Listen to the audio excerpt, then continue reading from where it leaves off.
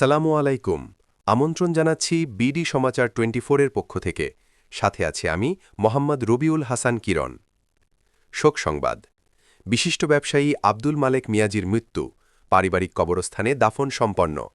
শুনছিলেন শিরোনাম। বিস্তারিত। চাঁদপুর সদর উপজেলার ১৩ নং হানারচর ইউনিয়নের দক্ষিণ গোবিন্দিয়া গ্রামের স্থানীয় বাসিন্দা ও ঢাকা সিদ্দিক বাজারের বিশিষ্ট পাদুকা ব্যবসায়ী ও চাঁদপুর সদর উপজেলা বিএনপির সিনিয়র যুগ্ম সাধারণ সম্পাদক মরহুম মালেক মিয়াজির জামাতা আক্তার হোসেন সাগরের শ্বশুর মরহুম আব্দুল মালেক মিয়াজি শুক্রবার ২৬ ডিসেম্বর রাত ৯টার সময় ঢাকার বংশালে তার নিজ বাড়িতে ইন্তেকাল করেন। ইন্না লিল্লাহি ওয়া ইন্না ইলাইহি রাজিউন। মৃত্যুকালে তার বয়স হয়েছিল ৭০ বছর। তিনি স্ত্রী ও ৫ কন্যা, এক পুত্র সন্তানসহ অগণিত আত্মীয় স্বজন ও শুভাকাঙ্ক্ষী রেখে গেছেন। শনিবার ২৭ ডিসেম্বর বাদ আসর নামাজ শেষে মিয়াজিবাড়ি কেন্দ্রীয় জামে মসজিদ মাঠে মরহুমের নামাজের জানাজা অনুষ্ঠিত হয়। জানাজা শেষে তাকে মিয়াজিবাড়ি কেন্দ্রীয় জামে মসজিদের পাশে পারিবারিক কবরস্থানে দাফন করা হয়। জানাজার নামাজে ইমামতি করেন মরহুম আব্দুল মালেক মিয়াজির একমাত্র পুত্র। জানাজার পূর্বে শোকাহত জনতার উদ্দেশ্যে মরহুমের রুহের মাগফেরাত কামনা করে বক্তব্য রাখেন চাঁদপুর জেলা বিএনপির সহসভাপতি ও সদর উপজেলা পরিষদের সাবেক চেয়ারম্যান দেওয়ান মোহাম্মদ শফিকুজ্জামান ও সদর উপজেলা বিএনপির সাধারণ সম্পাদক হজরত আলী ঢালি, জেলা বিএনপির সহ দপ্তর সম্পাদক শরীফ হোসেন, সদর উপজেলা যুবদলের যুগ্ম আহ্বায়ক জুলহাস জুয়েল, হানারচর ইউনিয়ন বিএনপির সাধারণ সম্পাদক মোহাম্মদ আবুল হোসেন টেলু বেপারি, যুবদলের আহ্বায়ক বিল্লাল হোসেন গাজী, যুগ্ম আহ্বায়ক সৈয়দ হাওলাদার, যুগ্ম আহ্বায়ক জসিম দেওয়ান। মরহুমের জানাজায় এলাকার ধর্মপ্রাণ মুসল্লি, রাজনৈতিক নেতাকর্মী, সুধীমহল ও মরহুমের আত্মীয় স্বজন অংশ নেন। মরহুম আব্দুল মালেক মিয়াজির মৃত্যুতে চাঁদপুর সদর উপজেলা বিএনপি সহ বিভিন্ন মহল শোক প্রকাশ করেন। দেখুন বিস্তারিত ভিডিও চিত্রে। চাঁদপুর জেলা থেকে মোহাম্মদ মনির হোসেন হাফেজ সৈয়ালের পাঠানো এই প্রতিবেদন। সেই টাকার কারণে আব্বু চলে গেছে। আব্বুকে বারবার বারণ করা সত্ত্বেও এই টাকাটা সামনে রেখে, দিনের টাকাটাকে সামনে রেখে বেশি কথা বলতে পারি। তবে আমি এটা বলবো, শহীদে মৃত্যুবরণ দান করেছেন আল্লাহ তাআলা। সকলে আমার স্বাস্থ্যের জন্য দোয়া করবেন।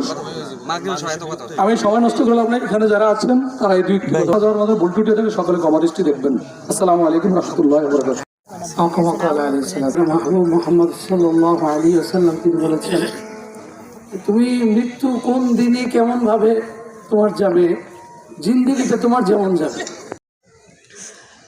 আমাদের দক্ষিণাঞ্চলের একটি গোলাম, তার জীবন নাশ হয়েছে। আমরা সকলে বলি ইন্না লিল্লাহি ওয়া ইন্না ইলাইহি রাজিউন। মালেক ভাই আমার পরম বন্ধু ছিলেন। ওনার জীবনে উনি কখনো কোনোদিন কোনো খারাপ মানুষের সাথে চলাফেরা করে নাই। আজকে আপনারা মুফতি সাহেবের বয়ান শুনেছেন। ওনার চলাফেরা, উনি একজন আলেম না হয়েও উনি অনেক বড় বড় আলেমের চাইতে বড় ইবাদত করতেন, অনেক বেশি ইবাদত করতেন। কয়েকদিন পর পরে আমি একটু তার সাথে সবসময় তুই তুই তুই তুই করে আমরা ডাক্তার উমরাতে চলে যেত, কয়েকদিন পর পরে ইস্তেমায় বিভিন্ন জায়গায় চলে যেত। কয়েকদিন আগে আমাদের মানিক ভাইয়ের নির্বাচন উপলক্ষে ঢাকাতে ইঞ্জিনিয়ারিং ইনস্টিটিউটে একটা প্রোগ্রামের আয়োজন করেছি। তখন আমি তাকে, আপনারা যদি আমার চাচার কোনো আচরণে কোনো কষ্ট পেয়ে থাকেন তা আল্লাহর বস্তে আপনারা ক্ষমা করে দিবেন। আমার চাচাকে আপনারা দোয়া করবেন জান্নাতুল বড় মা সাথে আমার আন্তরিক সম্পর্ক, যে সুবাদে আস্তে আস্তে আজকে আপনাদের সম্মুখে এই হাবিবিয়া মাদ্রাসাকে আল্লাহ তাআলা এই পর্যায়ে উঠিয়ে আনছেন। আজ ২৪ ঘন্টা পর তাকে বিদায় জানাতে আসছে। খুব ক্লোজ ছিল, চাচা বাতিদের সম্পর্ক ছিল।